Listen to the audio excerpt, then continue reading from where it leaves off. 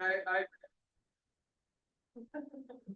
I forgot to mention earlier that the PDF versions of all these presentations will be on our website later, so you'll be able to dive into the details or get a close-up view of the unicorn. And Sam introduces Stuart. All right. Thank you again, Alan. Next up, we've got Stuart Leidner. Stuart is the superintendent for the Mat-Su-Cahaba River Basin region for Alaska State Parks. He's had the pleasure to work with 14 state park colleagues in the region who are committed to maintaining these resources for the enjoyment of Alaskans and visitors alike. He has been with the state for 3 years, previously working in the nonprofit sector for the majority of his career. His career and passions have focused on advocating for the protection of rural working landscapes, wild and scenic rivers, historic preservation, trails, and building capacity for rural communities to thrive. He has called Alaska home for the last 9 years. Please welcome Stuart.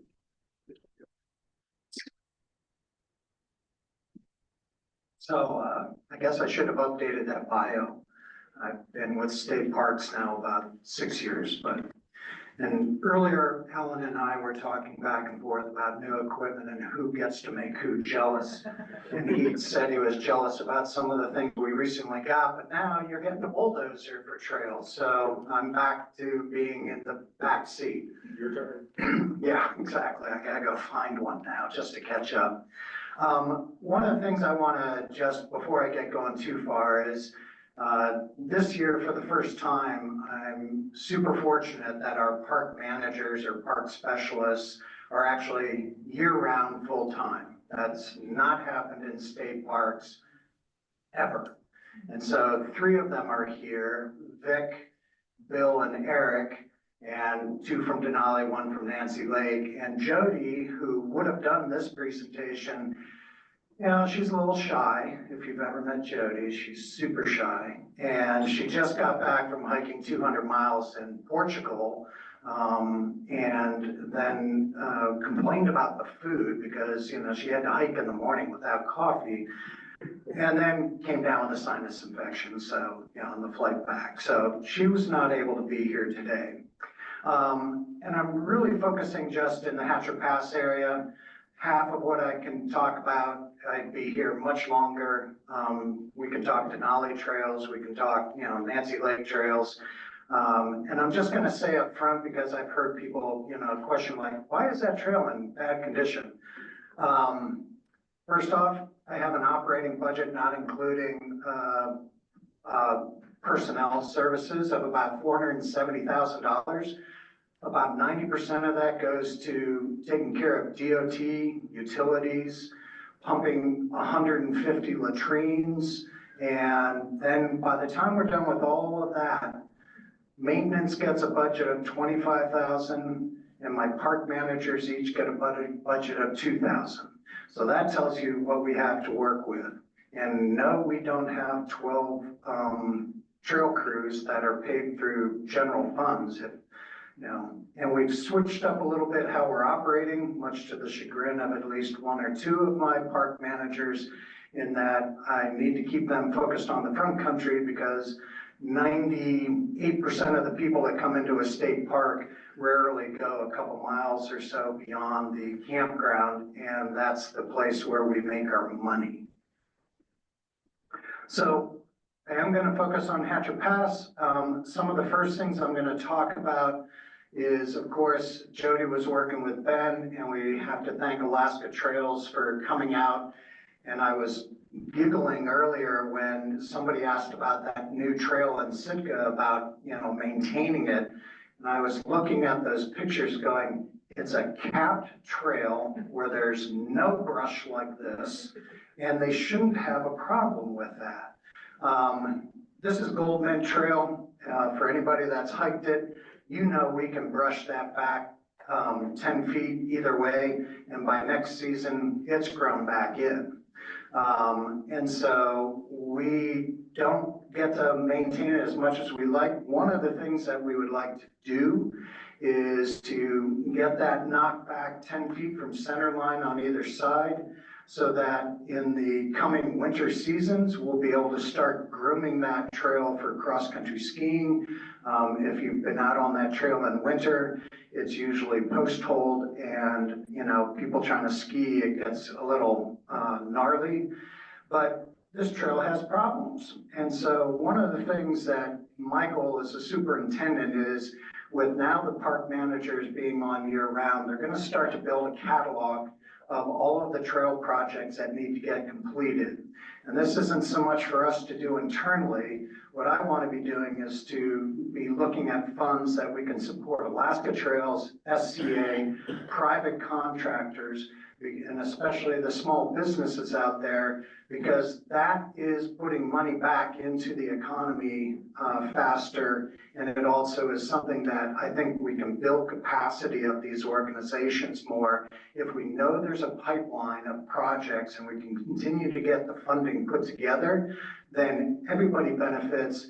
And Gabe and Christine, for instance, can continue to build out their crews, and we start to have the capacity to really take on trail projects in a more meaningful way. So Goldmint is one of those ones that part of getting that opened up is also going to be sightlines. I've had a law enforcement ranger several years back who sat down to, have lunch on the trail and got run over by a grizzly as she was taking her boots off and by the creek, and proceeded to deal with that situation, but the bear disappeared. But I mean, it just literally went right over the top of her.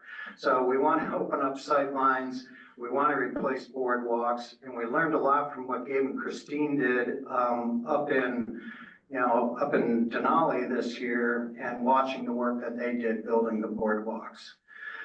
Another piece, we have all sorts of problem trails in Hatcher Pass, because if you've been up there, you know that on a place like Reed Lakes, on any nice day, there can be 300 cars parked along at that trailhead. And that trail going up to Reed Lakes is the bane of our existence a lot of the times. Alaska Trails came up, they've been working on rock work. One of my goals for that trail, because it is wide enough to get mechanized all the way to the switchbacks, is to continue to eliminate a lot of the problems by having somebody going up with mechanized work, widening the trail out so that we can get it to a class 4 trail and deal with some of the issues. And most of that is social trails and grading. I would like to see us be able to, when we work with the contractors or SCA or Alaska Trails, be able to armor the rest of those social trails, because we really need to get the erosion issues down. It has a huge impact on the rest of the trail. I was actually up there working with the crew when we were doing rock work a couple of years ago, and we were blocking a social trail with, downing a tree and doing other things. And this woman runner comes along and just bounces over the top and goes down right in front of us down the social trail, and we're all just standing there like gobsmacked, like, what are you doing? But we have lots of issues, whether it's up at Independence Mine with the Gold Cord Trail. And I know that Ben and Jody were taking a look at that and starting to put some trail prescriptions together, so that we can get, folks up there. We don't have, some of the, and it's been great to have Alaska Trails coming up, but for some of the areas like Denali or Nancy Lake, we just don't have those types of groups. I mean, it gets a little far to drag a group up to Denali, for instance, to do volunteer work. But so we really want to work with our community partners to continue to engage in that manner. So one of the successes, and I just want to bring it up, because there was some other talk in previous presentations about latrines and having to fly out cans and things like that. And I know how expensive that is, because I just spent $5,000 to helo out the latrine tank from Skinny Lake up on Kasugi Ridge. And that was a shock to my budget. So the rest of the staff don't get like lights for the top of their vehicles right now so that they can do safety things on alongside the highway, for instance. But granted, they're not cheap, but we put in the first composting latrine in our area. And I have high hopes for putting in more of those in other areas, especially along Curry Ridge. So normally, you might see where they get sunk all the way into the ground, but Jody, after working with the manufacturer, you can actually have that above ground. There's a urine diverter, and then you just go through and make sure there's other compostable material, and should only have to go up hike and rake it, every couple of years. So this is a big experiment for us, but I'm looking for, they were developed up in this area. Several national parks have them, in the Rockies and up here. I know Glacier, I thought, had one. That's something that we're working on, and I really thank the Matsu Trails and Parks Foundation for helping to fund that project. And it was a project that Jody got handed when she first came on as our park manager. And she's like, you want me to go where and build what? But she worked out very well. Bill was a great asset coming up and working with the remaining ACCs that we had for the summer. We hired, summer staff, but mostly that's to clean the 150 latrines that we've got spread across the region. And so, they did a great job, I believe, and I think we'll be very happy with this particular project. So, and then I was told 12 minutes, but I'm going to go much faster. So, actually, yeah. I didn't even need to. Yeah, I know. I'm just trying to be cognizant. So, any questions, comments? Yes, in the back. Grooming of Goldman, is that going to be part of staff, or is that going to be a partnership with Matsu Ski Club? And can you repeat the question just for this? So the question was whether the grooming of Goldman would be by park staff or with Matsu Ski Club, and it will be park staff.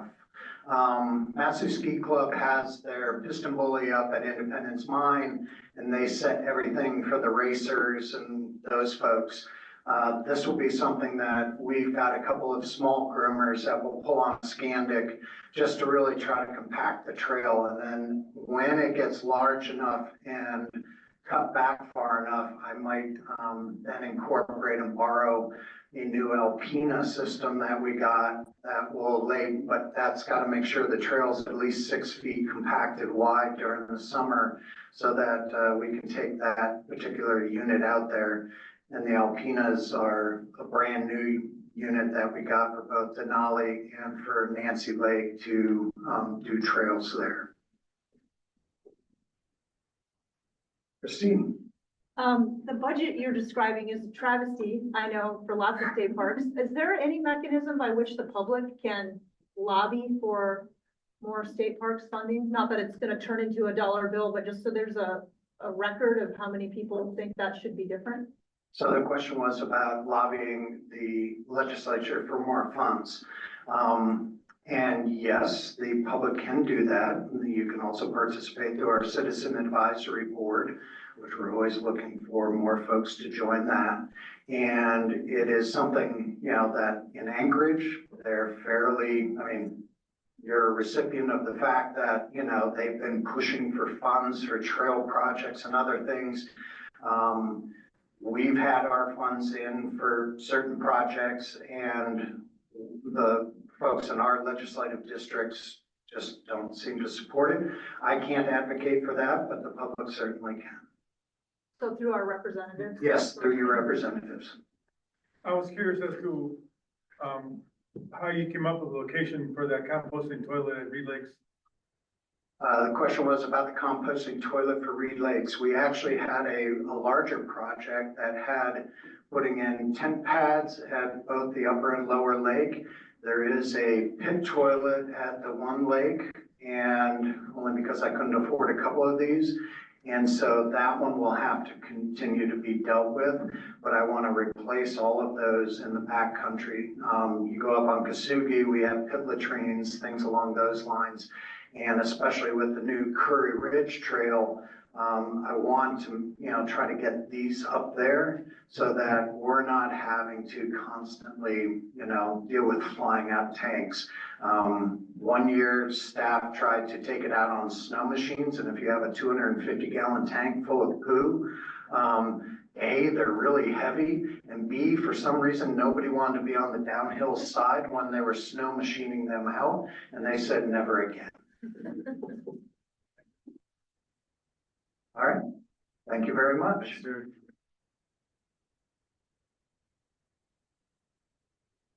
Right, thank you, Stuart. Right, we're gonna move on to Ben. Ben is part of our Alaska Trails crew here. He joined in 2021 as the trail technician and youth employment and parks contractor. His experience in trail construction and maintenance comes from his time in Rocky Mountain National Park, Chugach State Park, Kachemak Bay State Park, and as a journeyman carpenter before joining the Alaska Trails team. He's a graduate of Aurora University with a bachelor's degree in political science and communications. Ben lives in Anchorage with his wife and dogs, where they spend their time backcountry skiing, bikepacking, camping, hiking, and listening to music. Please welcome Ben Urban, our trail program officer.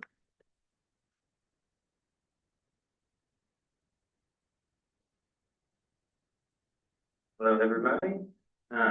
First, I wanted to thank Alan and Stuart for kind of doing half my project here. So just I'll go a little more.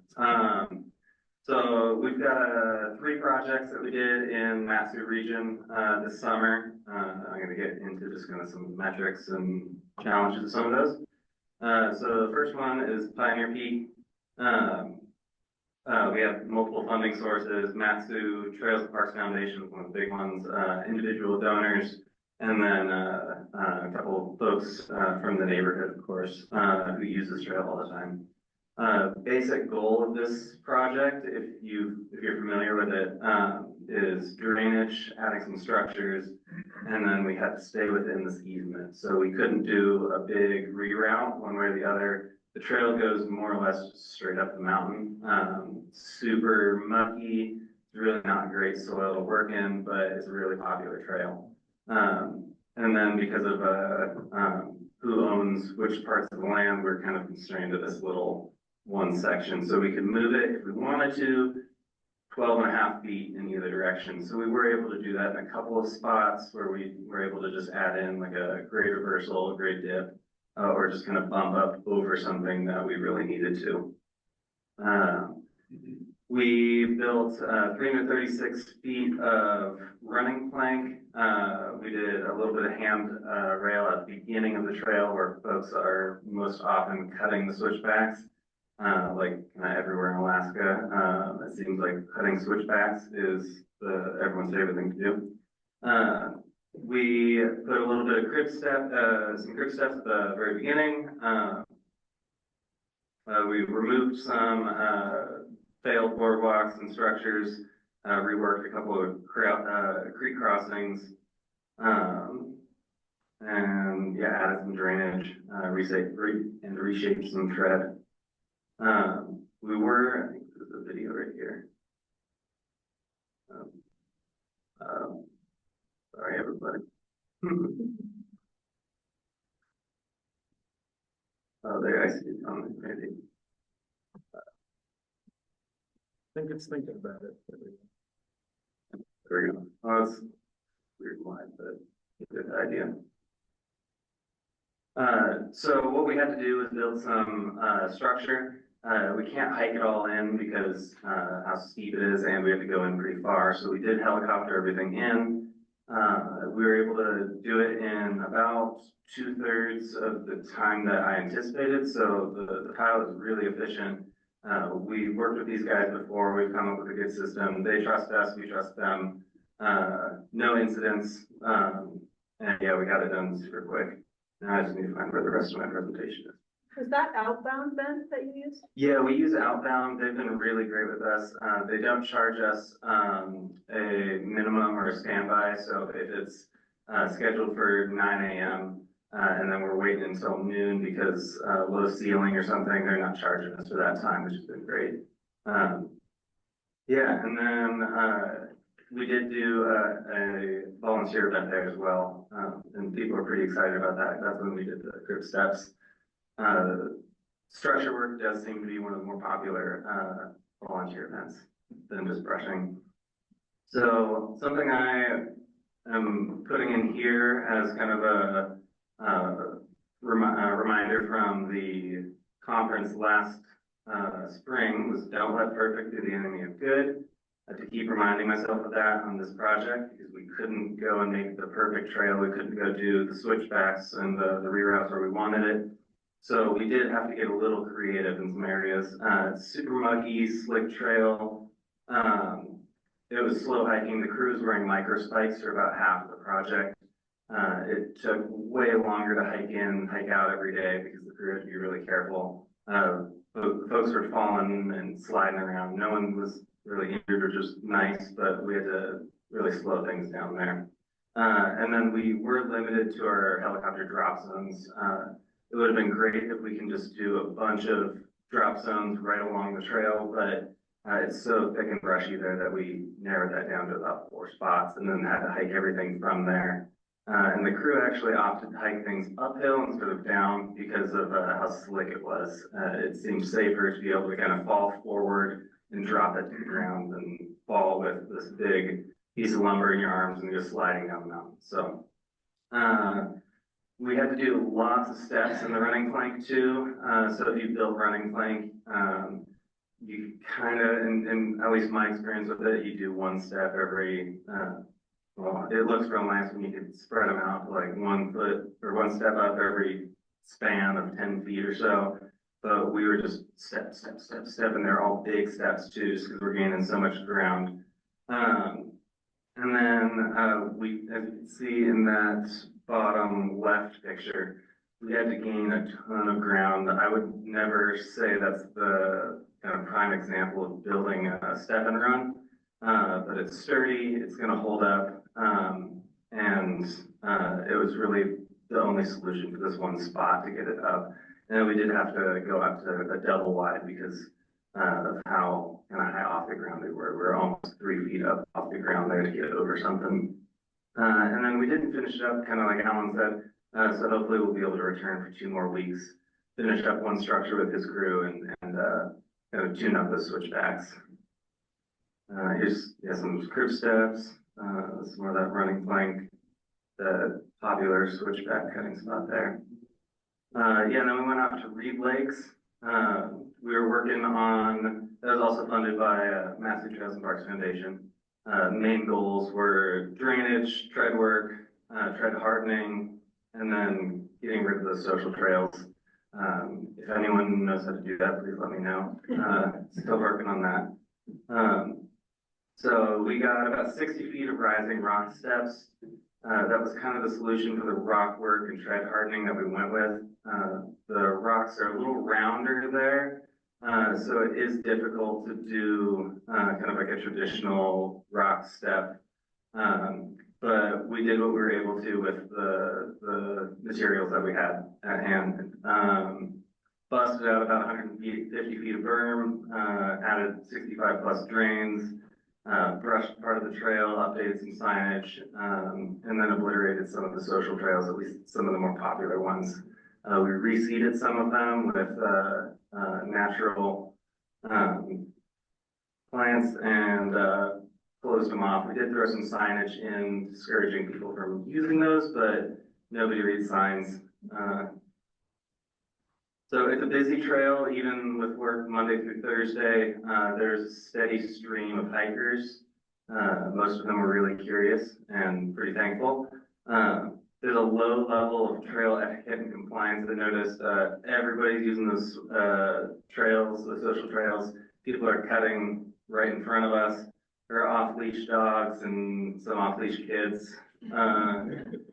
How do we, this is kind of the question I talk to people about all the time, is how do we get people to get off those social trails? Do we put signs in there? Do we drop a tree? It seems like if you put a fence up, sometimes people just take the fence out.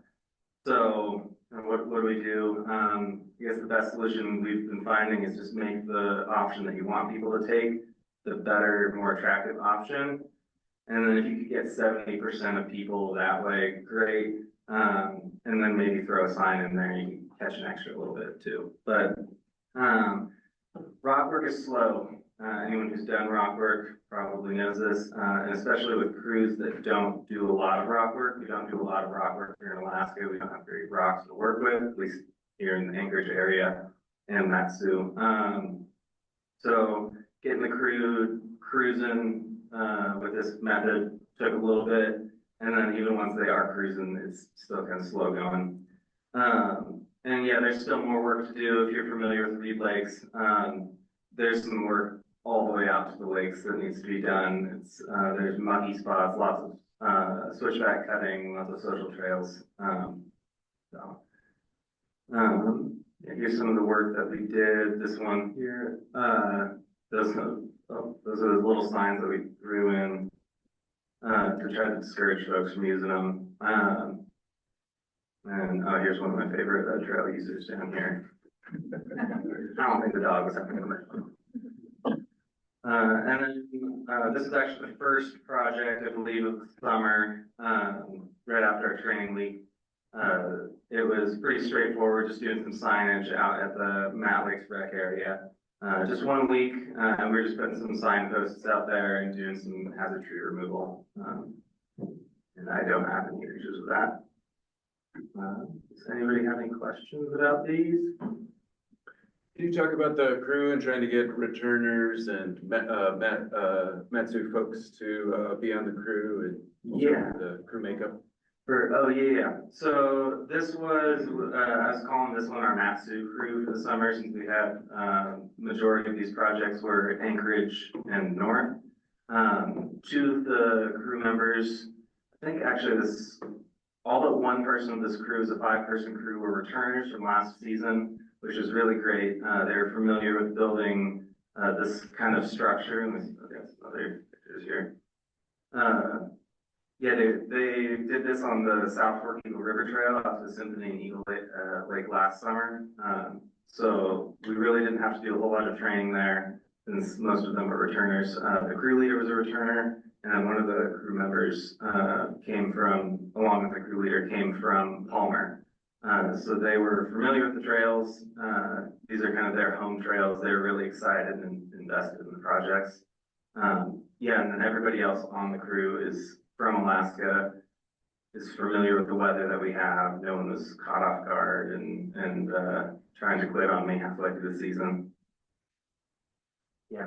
What's the background, if you will, on this 25-foot easement? Why could you not extend up from that? So there was, part of the land is borough land and part of the land is the Klutna land. There was a land swap, was it a land swap at one point? Alan would probably be the guy to ask specifically, oh yeah. But, yeah, so just to stay in the designated corridor for that one land manager, it's kind of what we're limited there. Any questions? Thanks, Ben.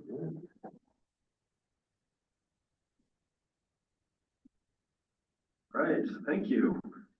Well, we are doing good on time here so far. So I'm going to talk just a little bit about Mat-Su and about a quick pitch for some of the long trail stuff that we've been working on there. I won't go too long so we can all get to lunch in good time here. But I don't think Yours isn't on there, Sam. I can find it if you'd like. if you wouldn't mind setting that up, I'll just ramble for a second here. So, as a frequent Reed Lakes trail user, I am quite excited by both the trail work that was done and about the fancy new restroom accommodations up there. Has anybody been up to the second lake yet? No? Oh goodness, y'all are missing out. But we're going to talk a little bit about Talkeetna Mountain planning here for the Alaska Long Trail. So for anybody in this room who's not familiar with the Alaska Long Trail or wants a bit of a refresher, the Alaska Long Trail is a 500 mile integrated trail system proposed route connecting Seward and the communities between there and Fairbanks. Covers 5 different regions, and the Mat-Su is number 3 on there. We've been working generally south-north, and in the Seward and Upper Kenai area, and then Anchorage, we're working with great partners with the Forest Service, with Chugach State Park. There's lots of existing land that's being managed there that has trail use plans or has development in mind or has existing trail systems that aren't social trails with people wandering up the side of a mountain somewhere. But in the Mat-Su, we do have parts of land for that, but for a lot of the route that we're looking at for the Long Trail, it covers general state land, which a lot of it doesn't have the same existing level of planning or attention given to recreation development. So we got some funding from Rasmussen. I think we had $375,000 from them this year. Thank you, Rasmussen Foundation, for Alaska Long Trail work. And part of that is going towards starting the planning process for connecting the stretch of the Alaska Long Trail between Hatcher Pass and Talkeetna, which is a famously agreeable set of mountains, and the valleys are all going the right way for trails. But it's about 85 miles, and that stretch is exciting because for anybody who's gone backcountry in the Talkeetnas, it's wonderful terrain. You really feel like you're away from the, I don't know, more tourist or popular trails, but also it's exciting to me anyway because the Mat-Su is growing. And I think that effect is being felt on our trail systems out there, whether it be all the folks enjoying Reed Lakes and its abundant parking out there, or further north in some of the trail systems around Talkeetna. I think we added almost 20,000 people in the last census cycle out in the Mat-Su, good number in the cycle before that, and we're seeing increasing use numbers, as you saw on Alan's slides, of people coming out and making use of trails out here. All right, cool, looks like there is slides somewhere. And we can just scroll down maybe. Yeah, Why did you do that, Sam? I don't know why I couldn't do that. Yeah, I'm working sort Alright. of on it. That's all right, we might be close to done, but thank you, Haley. Take your time. Taking my time, yeah. So, so this stretch and kind of this initial round of funding from Rasmussen, we also have funding that you heard them mentioned a lot today with Mat-Su Trails and Parks Foundation. Taylor and her team have really been a big part of advocating for funding and having an eye at proactive, sustainable trail development out there in the Mat-Su. They've secured some funding from the Mat-Su Health Foundation to also help pay for this planning. We've also secured funding for planning for more trail systems around the GPRA area, connecting it's between Skeetalk and 16 Mile. And this funding is letting us get a start on putting some plans. That's perfect right there. A start on getting some plans together. So if you look at our handy dandy map of Talkeetna, you can see a real detailed alignment that we've dialed in between Hatcher Pass and Talkeetna there. But the big idea is that there's kind of 2 modes of thought. You can have a more front country route that connects the two. That's easier to access maybe, but probably harder to maintain going through all of the alder there. There's also more questions about land management and lots of different land managers. Or you can have the brown there, more backcountry route that takes you further into the mountains. And so Gabe and Christine with Interior Trails are going to be helping us identify a couple of different options. And the first step that we're doing with this funding is reaching out this winter to communities, land managers around kind of the off sections of the trail. So obviously Hatcher Pass and Talkeetna are 2 sections, but Willow and the Cache-Whitney area are also potential access points for this backcountry route here. And obviously I think 250,000 or so that we secured here isn't the entirety of planning for the entire section. So we want to focus as much as possible on developing access, identifying what uses that are already happening there and how we can get some shovel-ready stuff, so maybe the Denali Commission will help us out a little bit with that. I think we're about to time, but if there's any questions about the Long Trail, about Talkeetna Mountain Planning, or for any of our wonderful Mat-Su Borough presenters out here, love to take those before we send you to lunch. Sandwiches are calling, all right. Thank you guys. Just a reminder, all the presentations will be posted on our website. But if you're interested in connecting with anybody, we probably have about 10 minutes or so before the lunch will be here. So there's still some snacks back there. There's coffee out there. But feel free to connect with any of the speakers, and we'll see you back here and on Zoom at 1 o'clock. See you at 1 o'clock. Thank you very much. Thanks for